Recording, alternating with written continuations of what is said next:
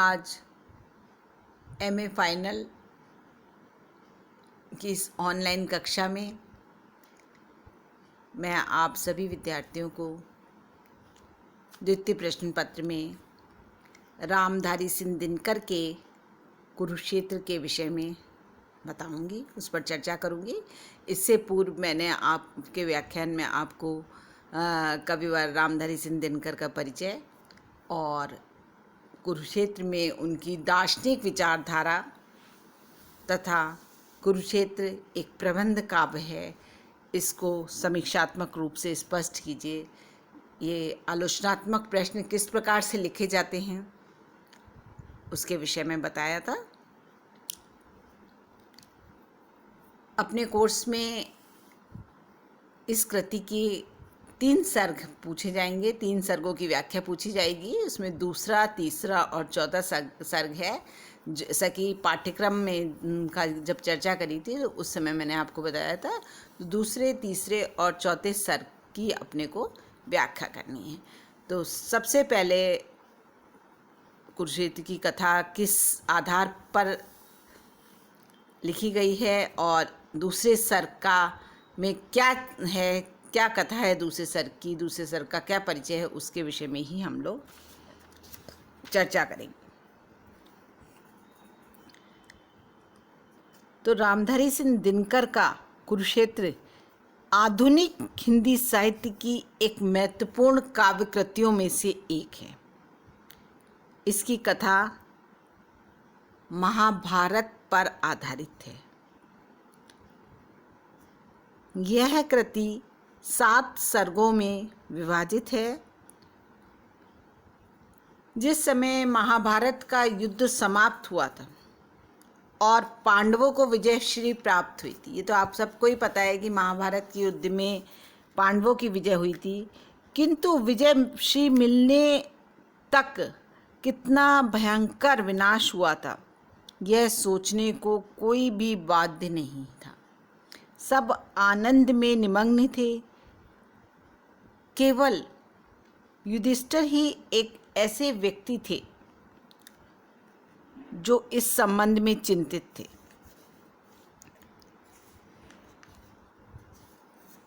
तो कुरुक्षेत्र में के कथानक के द्वितीय सर्ग का अपना विशिष्ट ही महत्व है।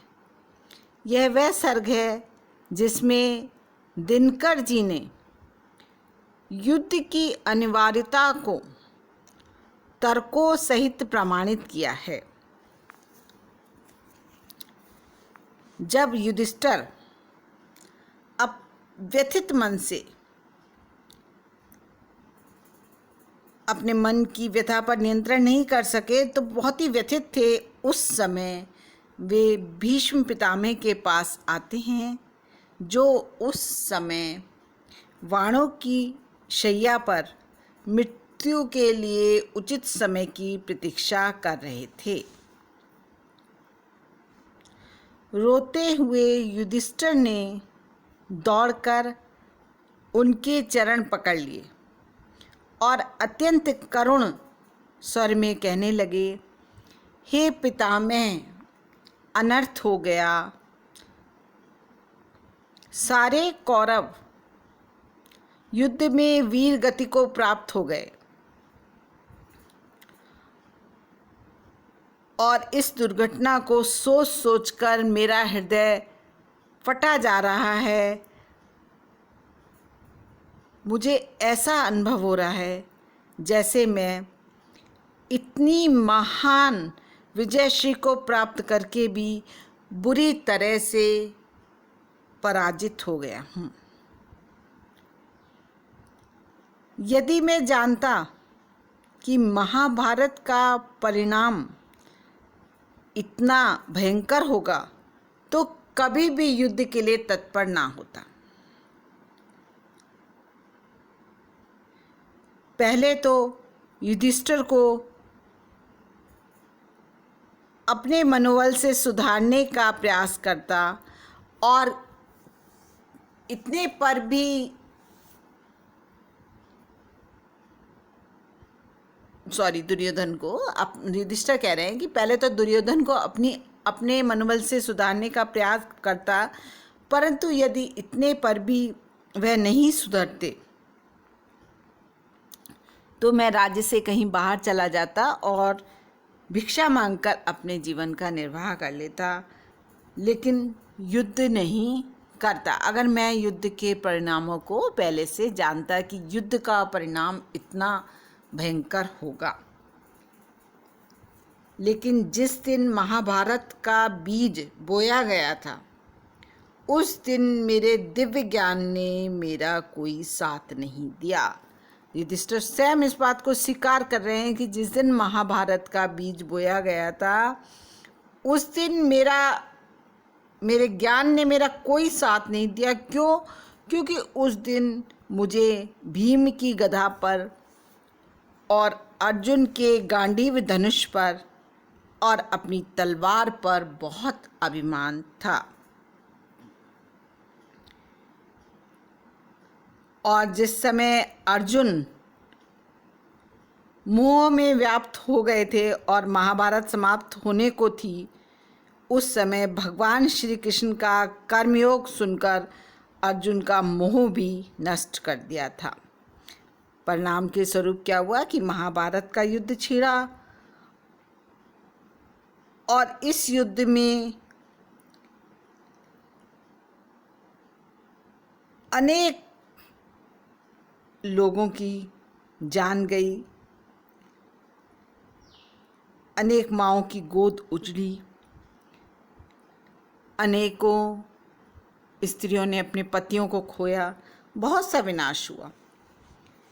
आज मैं जिस ओर देखता हूँ, उधर ही पुत्रहीन माँओं का और पतिहीन नारियों की चित्कार ही मुझे सुनाई देती है।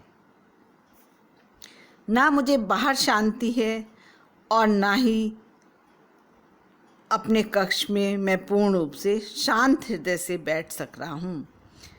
अब तो मेरे सामने दो ही उपाय बाकी रह गए हैं, या तो मैं वन में भागकर किसी कोने में छुप जाऊं और या फिर आत्महत्या कर लूं। पर यह दोनों ही उपाय मुझे व्यवहारिक नहीं लग रहे हैं, इसलिए मैं बहुत ही व्यथित हो रहा हूँ और मैं आपके पास आया हूँ। इस प्रकार युधिष्ठिर मौन हो जाते हैं। युधिष्ठिर की ये सारी बातें सुनकर भीष्म पितामह ने उन्हें समझाते हुए कहा कि तुमने क्या कभी तूफान को देखा है, जो दुर्बल वृक्षों को उखाड़ फेंकता है, पर जो सबल होते हैं उनकी वह केवल चोटी छूकर या उनके कुछ पत्तों को गिराकर चला जाता है। यह तूफान रोके नहीं रुक सकता, क्योंकि यह प्रकृति का नियम है। जब गर्मी का प्रकोप बढ़ता है तो तूफान का जन्म भी अवश्य होता है। इसी प्रकार जब जन समुदाय के हृदय में विकारों की चिंगारियां फूटने लगती हैं, ईर्ष्या देश आदि अधिक प्रचंड हो जाते हैं, और तब राजनीतिक उलझनों का बहाना देकर अथवा देश प्रेम का अवलंब लेकर युद्ध का ज्वालामुखी फूट पड़ता है। अर्थात तूफान की भांति युद्ध भी प्रकृति का अनिवार्य नियम है। और भीष्म आगे युधिष्ठिर को समझा रहे हैं, उनके मन की व्याकुलता को दूर करने का प्रयास करते हुए कहते हैं कि तुम्हारा यह समझना भी भ्रम है कि केवल पांचों पांडवों के सुख दुख के लिए ही महाभारत छिड़ा। यह तो केवल ऊपरी दिखावा एक तरह से माना जाता है, परंतु जितने वीरों ने इस युग में भाग लिया है उनके अपने अपने स्वार्थ थे। तुम्हारा यह कहना भी गलत है कि उस समय अभिमान के कारण तुम्हारे दिव्य ज्ञान ने तुम्हारा साथ नहीं दिया। जब युद्ध की चिंगारियां जल उठती हैं तो तत्व चिंतन और गंभीर विचार का अवकाश भी नहीं मिलता।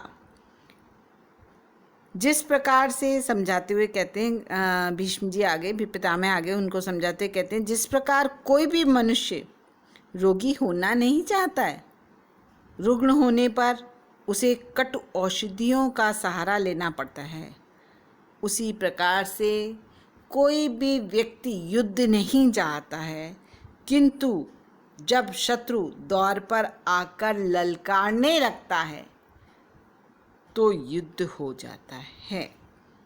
मतलब युद्ध की अनिवार्यता पर यहाँ पे प्रकाश डाला है पितामह ने कि जब शत्रु आके स्वयं ही ललकार रहा है तो उस समय युद्ध अनिवार्य हो जाता है। और उनके सभी प्रश्नों का, उनकी सभी समस्याओं का समाधान करते हुए पितामह कहते हैं, और जो तुम यह कहते हो कि महाभारत के द्वारा अनर्थ हुआ, तो ये बात ठीक नहीं है, क्योंकि पाप पुण्य, धर्म अधर्म, इन दोनों के बीच कोई निश्चित रेखा नहीं खींची जा सकती। एक समय एक कार्य धर्म होता है तो दूसरे समय वही कार्य अधर्म हो जाता है।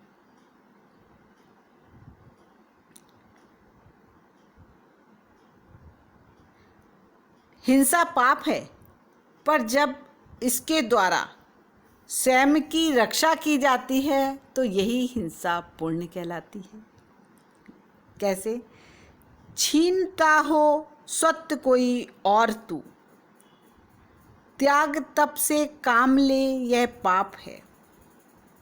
छीनता हो सत्य कोई और तू, त्याग तप से काम ले ये पाप है। पुण्य है विच्छिन्न कर देना उसे, बढ़ रहा तेरी तरफ जो हाथ है ना। यहाँ पर पितामह युधिष्ठिर को समझा रहे हैं कि जब हिंसा होती है तो उस समय मनुष्य को अपनी रक्षा के लिए हाथ उठाना, हाथ बढ़ाना कोई गलत नहीं है ना। तो यहाँ पर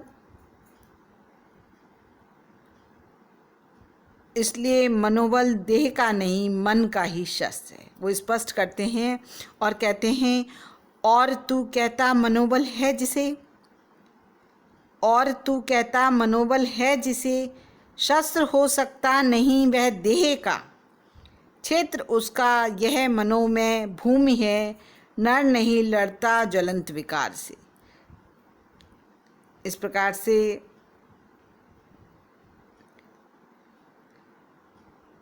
भीष्म युधिष्ठिर की हर शंका का समाधान करते हुए उनको ये बताने का प्रयास करते हैं, बताना चाहते हैं कि महाभारत का युद्ध जो था वो अनिवार्य था और उसके कारण युधिष्ठिर को स्वयं को दोषी मानने की, समझने की आवश्यकता नहीं है। तो मुख्य रूप से जो भी अभी तक मैंने आपको स्पष्ट किया है उसमें दो बातें मुख्य रूप से निकल कर आई हैं। पहली तो ये कि एक प्रश्न था कि क्या महाभारत का युद्ध अनिवार्य था। अब स्वयं उसी युधिष्ठिर को समझाते हुए कहते हैं कि और जो अनिवार्य था उसके लिए भीष्म इस विषय में युधिष्ठिर को कहते हैं कि युद्ध अनिवार्य था, युद्ध की अनिवार्यता पर ही उन्होंने प्रकाश डाला है और कहते हैं जो अनिवार्य था उसके लिए दुखी नहीं होना चाहिए, खिन्न नहीं होना चाहिए। किस प्रकार से? और जो अनिवार्य था उसके लिए खिन्न या परितप्त होना व्यर्थ है। तू नहीं लड़ता न लड़ता आग है, फटती निश्चय किसी भी ब्याज से। युद्ध की पृष्ठभूमि होती है स्वार्थों का संघर्ष।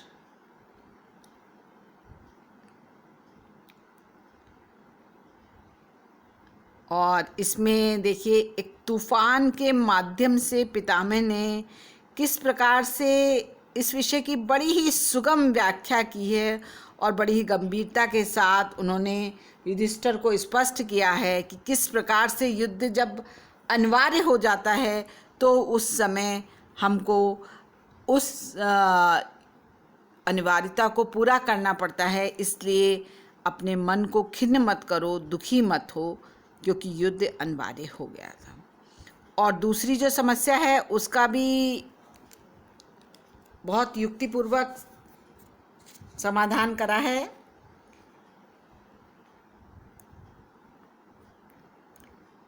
क्या समस्या थी कि तप, त्याग और करुणा आदि जो मन की सद्वृत्तियां हैं उनका छात्र धर्म में कोई स्थान है या नहीं, ये भी एक समस्या ही थी जिसको भीष्म पितामह ने बड़ी युक्ति से समाधान किया है कि तप, त्याग और करुणा मनोबल हैं, मन की शक्ति का उत्कर्ष करते हैं, किंतु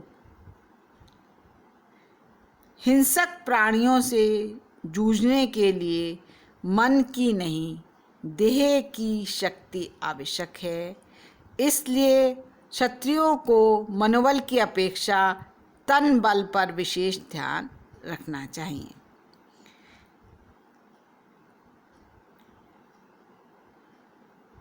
इस प्रकार से पितामह ने इस पूरे ही सर्ग में के माध्यम से युधिष्ठिर को समझाया है, उनके मन की व्यथा को दूर करने का प्रयास किया है और ये कहा है कि युद्ध अनिवार्य है। वो कहते हैं युद्ध को तुम नित्य करते हो मगर, युद्ध को तुम निंद कहते हो मगर, जब तलक है उठ रही चिंगारियाँ भिन्न स्वार्थों के कुलिष्ठ संघर्ष की, युद्ध तब तक विश्व में अनिवार्य है ना। तो ये युद्ध की अनिवार्यता पर प्रकाश डाला गया है और बहुत ही सुंदर रूप से इस कृति की रचना की गई है।